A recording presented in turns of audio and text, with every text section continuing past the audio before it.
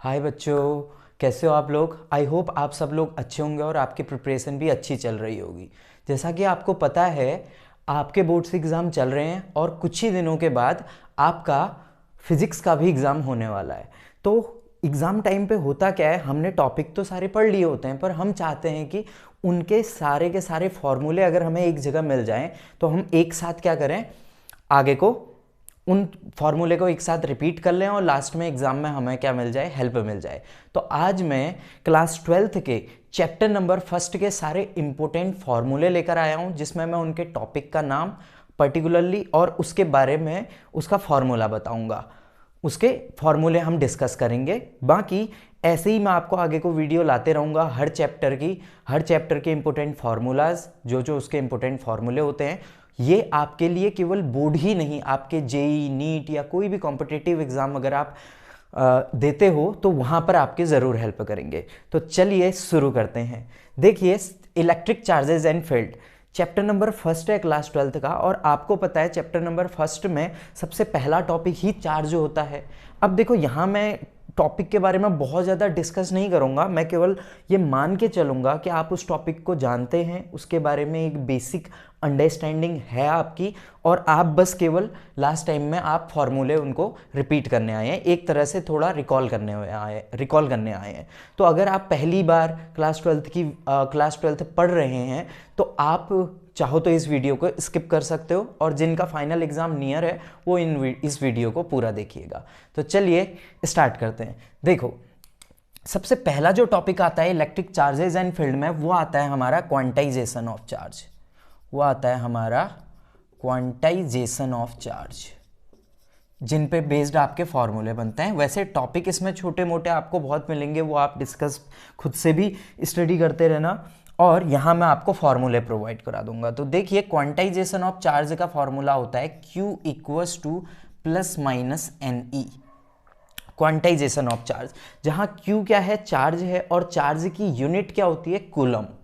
N number of electrons, कितने number of electron है, 1 2 3 4। और ये भी याद रखना, जो भी नंबर ऑफ इलेक्ट्रॉन्स होते हैं वो कभी भी फ्रैक्शन में नहीं होते। कहने का मतलब ये है कि आपको कभी ऐसा नहीं देखने को मिलेगा 1/5 इलेक्ट्रॉन। आपको जहां भी मिलेंगे वो इंटीजर में मिलेंगे, 1 2 3 4 -1 -2 -3, इस तरीके से। ठीक है, तो चलिए, ठीक है, आगे को देखते हैं। क्वांटाइजेशन ऑफ चार्ज के बाद जो हमारा टॉपिक, मेजर टॉपिक आता है, बड़ा टॉपिक आता है, वो है आपका कूलम्ब्स लॉ। कूलम्ब्स लॉ को मैंने अलग से डिस्कस किया हुआ है प्रीवियस वीडियोस में। आप चाहो तो पीछे लेक्चर जाके भी देख सकते हो, इसका पूरा मैंने बताया हुआ है किस तरीके से कूलम्ब्स लॉ आपका बनता है। यहाँ मैं आपको केवल फॉर्मूला बता रहा हूँ। फॉर्मूला क्या होता है, F equals to 1/4 epsilon naught Q1 Q2 upon R square, where epsilon naught is permittivity of free space, Q1 and Q2 are two point charges we can say, and R is the distance between two charges. Okay, तो F क्या है यहाँ पर, F force है, epsilon not free space में जो भी permittivity होती है, और Q1 Q2 और डिस्टेंस आप समझते हो इस चीज़ को। क्वांटाइजेशन ऑफ चार्ज आपका हो गया, कूलम्ब्स लॉ हो गया। इसके बाद हमारा टॉपिक आता है electric field due two point charge. Electric field due two point charge, किसी पॉइंट चार्ज पे अगर हम इलेक्ट्रिक फील्ड की वैल्यू निकालेंगे, वो कैसे निकालते हैं, देखिए, उसके लिए फॉर्मूला होता है E इक्वल्स टू F/Q0, और फाइनल फार्मूला हमारा निकल कर आता है 1/4 epsilon not Q/R square. I hope आपको बात समझ में आ गई होगी। F की वैल्यू उठाकर यहाँ पुट कर दोगे, एक को Q मान लो, एक को Q0 मान लो, या Q2 मान लो, वो आपकी मर्जी है। तो हम क्या करेंगे, एक पॉइंट चार्ज कंसिडर करते हैं, और फिर उसके बाद क्या होगा, Q0 से Q0 कटेगा और बची हुई वैल्यू हमारी यहाँ पर निकल जाएगी। ठीक है, ये होता है electric field due to a point charge. ठीक, ओके, हाँ जी। तो चलिए आगे को देखते हैं।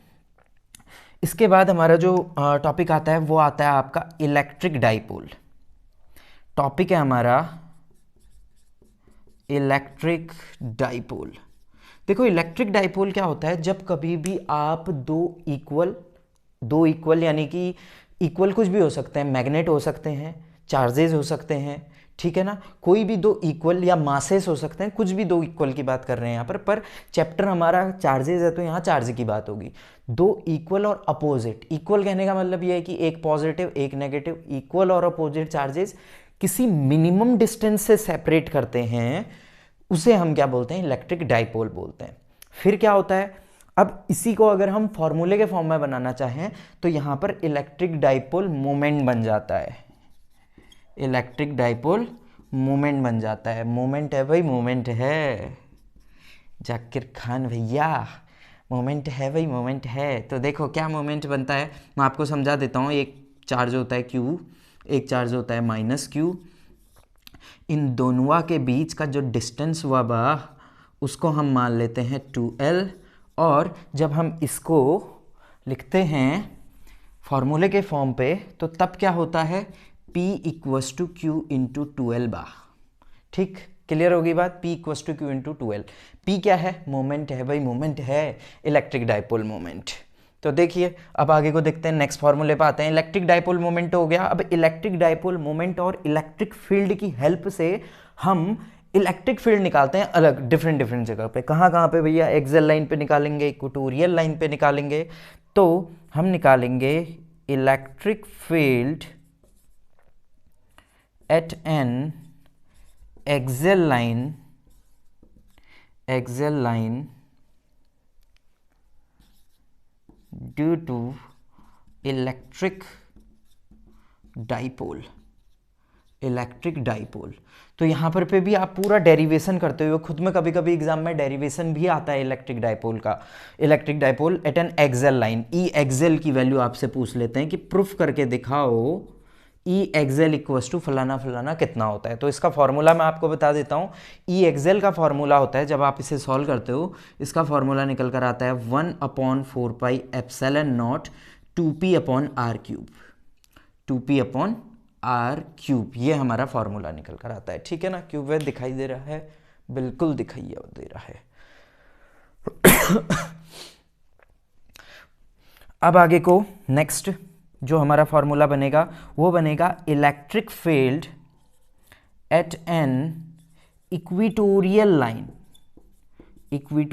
लाइन, या ना आप इसे ये भी बोल सकते हो इक्वेटोरियल लाइन, और कई जगह पर आपको ये परपेंडिकुलर बाइसेक्टर भी देखने को मिलेगा। बात एक ही है, इक्वेटोरियल लाइन और perpendicular bisector, due to electric dipole. तो इलेक्ट्रिक डाइपोल की वैल्यू, ई परपेंडिकुलर की वैल्यू याद रखना। आपको एक बहुत अच्छा तरीका बताता हूँ, ई एक्सियल की वैल्यू याद रखो, ई डाइपोल की वैल्यू अपने आप याद हो जाएगी। ई एक्सियल में 2 होता है, ई इक्वेटोरियल या परपेंडिकुलर बाइसेक्टर में 2 को क्या कर दो, गायब कर दो सर। 1/4πε0 p/r³। तो ये हमारा फॉर्मूला बन जाएगा किसका, ई परपेंडिकुलर के लिए। तो ई एक्सियल के लिए हमारी वैल्यू कितनी आई, ई परपेंडिकुलर के लिए हमारी वैल्यू कितनी आई, ये आपको पता लग गया है। अब देखिए आगे को देखते हैं।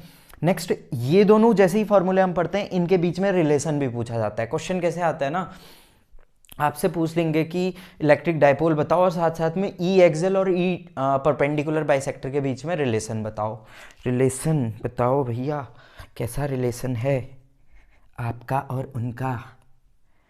अरे भाई बहन का कैसी सोच है तुम्हारी, छी छी छी। रिलेशन बिटवीन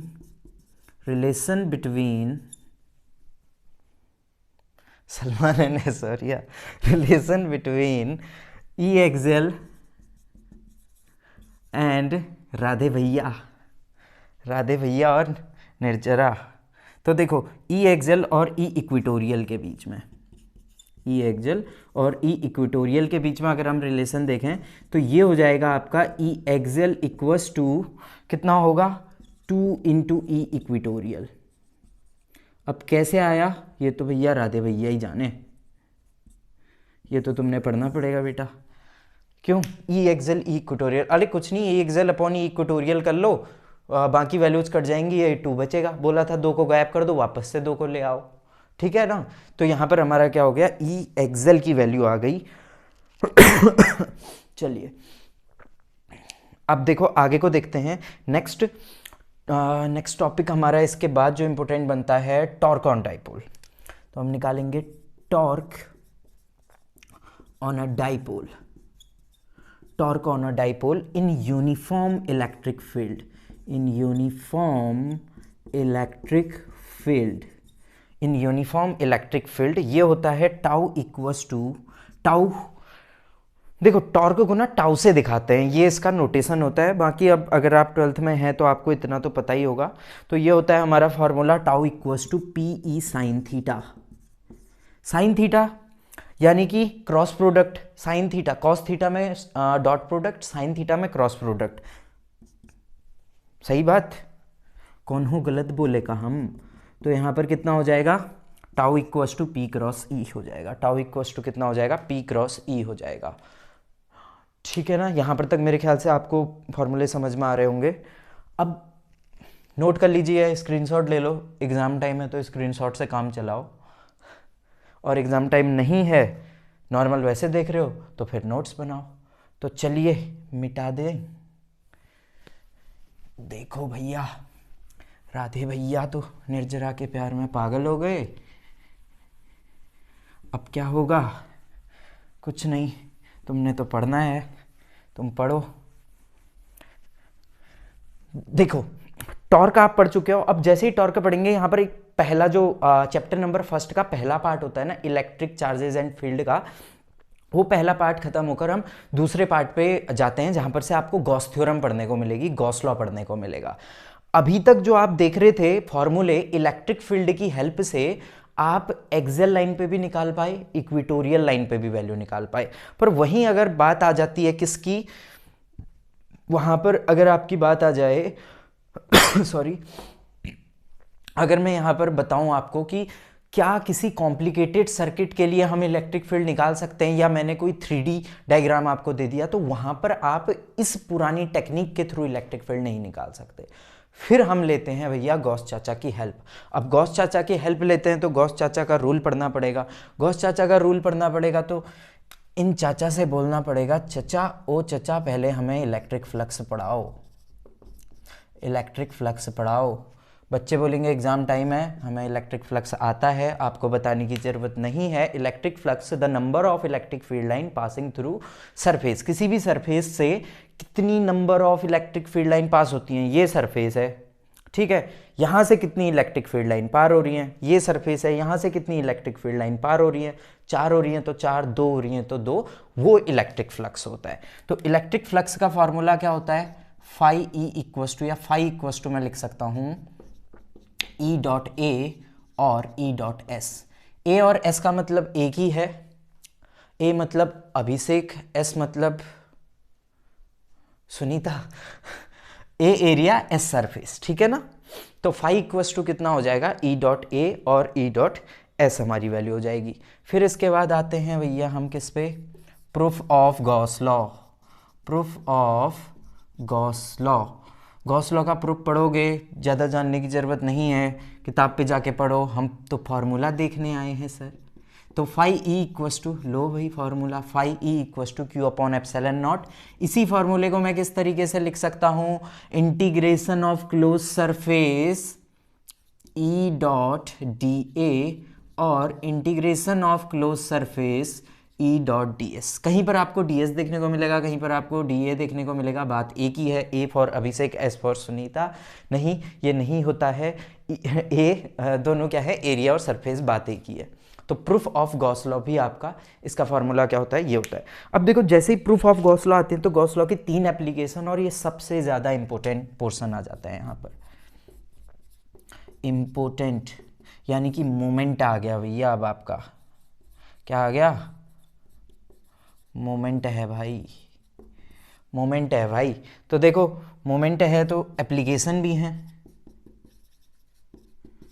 एप्लीकेशन भी है। तो पहली एप्लीकेशन क्या बोलती है, पहली एप्लीकेशन बोलती है कि आप इलेक्ट्रिक फील्ड निकालो, गॉस लॉ की, गॉस लॉ की इलेक्ट्रिक फील्ड निकालो किसी भी एक यूनिफॉर्म इनफाइनाइट प्लेन शीट में। दूसरा लीनियर यानी कि कोई एक स्ट्रेट कंडक्टर में निकालो, इस तरीके से आप वैल्यू निकालते हो। तो सबसे पहली जो हेडिंग आती है हमारी, वो आती है electric field due to infinitely long, electric field due to infinitely, ऐसा कर दें, इनफाइनाइट का साइन बना देते हैं, एग्जाम टाइम है, शॉर्टकट चलना बनता है बाबा। तो electric field due to infinitely long charged wire, formula होता है E equals to 1/2πε0 lambda upon R। ये मैंने आपको बता दिया, पर निकलता कैसा है थोड़ा सा समझ लो, बहुत शॉर्ट में शायद रिकॉल हो जाए। ये मान के चलो एक इनफाइनाइटली लॉन्ग वायर है, इसके चारों ओर मैं क्या कर देता हूँ, चार्ज को डिस्ट्रीब्यूट कर देता हूँ। चार्ज शुड भी पॉजिटिव और नेगेटिव, आप कोई भी चार्ज ले सकते हो, और उससे कुछ डिस्टेंस पे, यानी कि ये हो गया इससे इतनी डिस्टेंस पे, यहाँ पे मैंने क्या करा, इलेक्ट्रिक फील्ड निकालने के लिए बोल दिया। अब इलेक्ट्रिक फील्ड जब निकालते हैं तो वो पुराने तरीके से तो इलेक्ट्रिक फील्ड नहीं निकाल सकते, ठीक है ना। तो हम क्या करते हैं, यहाँ पर नया तरीका लेकर आते हैं, जिसके लिए आप गॉस लॉ पढ़ते हो। गॉस लॉ में गॉसियन सरफेस बनाते हो, एक गॉसियन सरफेस बनाओगे, सिलेंड्रिकल सरफेस बनाओगे। सिलेंड्रिकल सरफेस के बाद आप क्या करोगे, दिखाई दे रहा है, हाँ, सिलेंड्रिकल सरफेस के बाद आप फॉर्मूला अप्लाई करोगे और वैल्यू निकालोगे। जो फाइनल फार्मूला हमारा निकल कर आता है वो आता है E equals to 1/2πε0 lambda upon R, where lambda is linear charge density, जहाँ पे लैम्डा आपकी लीनियर चार्ज डेंसिटी होती है, लीनियर चार्ज डेंसिटी होती है। जो लड़के निर्जरा के प्यार में थे उनको नहीं पता होगा कि लीनियर चार्ज डेंसिटी होती है। अरे तुमने देखी है, नहीं देखी है, तेरे नाम राधे भैया सुप्रीमेसी, तो पहले वो देखो, ठीक है। तो देखो E equals to 1/2πε0 lambda upon R हो जाएगा। लैम्डा क्या है, लीनियर चार्ज डेंसिटी। जब कभी भी किसी एक स्ट्रेट लाइन में, या ये मान के चलो आप कोई एक लॉन्ग लेंथ का वायर ले लो, उसमें जब हम चार्ज को डिस्ट्रीब्यूट करते हैं ना, उसको हम बोलते हैं लीनियर चार्ज डेंसिटी शॉर्ट में, ठीक। इसका फॉर्मूला निकल कर आता है 1/2πε0। एग्जाम टाइम में तो सीरियस हो जाओ सर, बिल्कुल होंगे। नेक्स्ट है इलेक्ट्रिक फील्ड ड्यू टू, अब बस खत्म ही होने वाले फॉर्मूले आपके। Electric field due to infinitely, again shortcut, infinitely plane sheet, infinitely charge plane sheet लिखना चाहिए था मैंने, इनफाइनाइटली चार्ज प्लेन सीट, भूल चूक माफ, charged plate sheet, plane sheet. ओहो, एक कागज़ का टुकड़ा निकालो अपनी कॉपी से जिस पे उसका नाम लिखा है और जला दो। एक कागज़ का टुकड़ा निकालो, और वो जो कागज़ का टुकड़ा है वो एक आपकी प्लेन सीट है, उस प्लेन सीट पे आपने चार्ज को डिस्ट्रीब्यूट करा है, तो उस पे इलेक्ट्रिक फील्ड कितना आता है, उस पे हमारा इलेक्ट्रिक फील्ड आता है E equals to sigma upon 2ε0। यहाँ से लड़के बने सिग्मा, सिग्मा मेल। सिग्मा का मतलब यहाँ पर सिग्मा मेल नहीं, क्या होता है, सिग्मा का मतलब यहाँ पर होता है हमारा surface charge density, surface charge density. जब सरफेस पे आपका चार्ज डिस्ट्रीब्यूट होता है, जब सरफेस पे आपका चार्ज डिस्ट्रीब्यूट होता है तो वो हमारा सरफेस चार्ज डेंसिटी आ जाएगी। तो ऑलमोस्ट 7-8 आपके इंपॉर्टेंट फॉर्मूले बन गए हैं। एक और लास्ट है आपकी, 3 एप्लीकेशन होती हैं गॉस लॉ की, 3 एप्लीकेशन। एग्जाम में मैं आपको बताऊं तो लास्ट कुछ ईयर्स से आपकी गॉस लॉ की एप्लीकेशन पूछी जाती है, कोई ना कोई एक, जो 5 मार्क्स में क्वेश्चन आता है उसमें से 3 मार्क्स में एप्लीकेशन, 2 मार्क्स में चाहे तो इसके नेक्स्ट वाले चैप्टर से या नेक्स्ट चैप्टर से कोई ना कोई एक क्वेश्चन न्यूमेरिकल डाल देते हैं। तो बहुत अच्छे से इसको प्रिपेयर करना और फॉर्मूला भी ध्यान में रखना, ठीक है ना। सिग्मा मेल नहीं, सरफेस चार्ज डेंसिटी होती है। ε0 की वैल्यू आप सबको पता है, मैंने पहले भी कई बार डिस्कस किया हुआ है प्रीवियस लेक्चर में। अगर आपने प्रीवियस लेक्चर नहीं देखे हैं तो जाके देखिए, प्रमोशन भी ज़रूरी है बीच बीच में। तो चलिए आगे को बढ़ते हैं। लास्ट है हमारा electric field due to uniformly thin spherical shell. मिटा दूँ, ऊपर वाला मिटा देता हूँ, मेरे ख्याल से मोमेंट को नहीं मिटाएंगे भैया, मोमेंट है भाई, मोमेंट है। देखो आगे को, और लास्ट आपका, लास्ट एप्लीकेशन है आपकी ABC, लास्ट एप्लीकेशन। दिखाई तो दे रहे ना, चमक तो नहीं रहा है यहाँ पे, ठीक। देखो electric field electric field due to uniformly charged thin spherical shell. मेरे ख्याल से यहाँ पर कहीं चमक तो नहीं रहा है, वो लग तो रहा है, ठीक है, समझ लो क्या लिखा हुआ है, electric field due to uniformly charged spherical shell. अब इसमें भी दो होते हैं, एक होता है आउटसाइड स्फेरिकल सेल, एक होता है इनसाइड स्फेरिकल सेल। जब कभी भी आपका आउटसाइड स्फेरिकल सेल होगा तब आपका sigma upon epsilon naught value होगी। हम क्या करते हैं ना, यहाँ पर एक स्फेरिकल सेल कंसिडर करते हैं, एक फुटबॉल है, स्पेयर के फॉर्म की है ना, उस पर हम इलेक्ट्रिक फील्ड निकालते हैं। तो इसी के अंदर का ए पार्ट या number first part, when point lies on outside spherical shell, तब भैया आपकी electric field equals to sigma upon epsilon naught value होती है। ये वैल्यू हमारी निकल कर आती है। और जब हमारा number second, when point lies on inside spherical, thin spherical shell बोल सकते हैं, तो electric field equals to zero. तो ये हैं हमारे सारे के सारे फॉर्मूले जो आपके चैप्टर नंबर फर्स्ट से इंपॉर्टेंट हैं, जो एग्जाम में आ सकते हैं। फिर भी अगर कोई सबसे ज़्यादा इंपॉर्टेंट है तो ये तीन एप्लीकेशन, इन तीन एप्लीकेशन के डेरिवेशन प्लस फॉर्मूले आपको अच्छे से याद होने चाहिए, जो आपके एग्ज़ाम के लिए हेल्प करेंगे। तो अगर किसी का एग्ज़ाम आने वाला है और वो उस समय पे वीडियो देख रहा है तो उसको ऑल द बेस्ट, और जो नॉर्मल देख रहा है उसको भी ऑल द बेस्ट। तो चलिए मिलते हैं जल्दी नेक्स्ट वीडियो के साथ। Till then bye bye, take care, जय हिंद।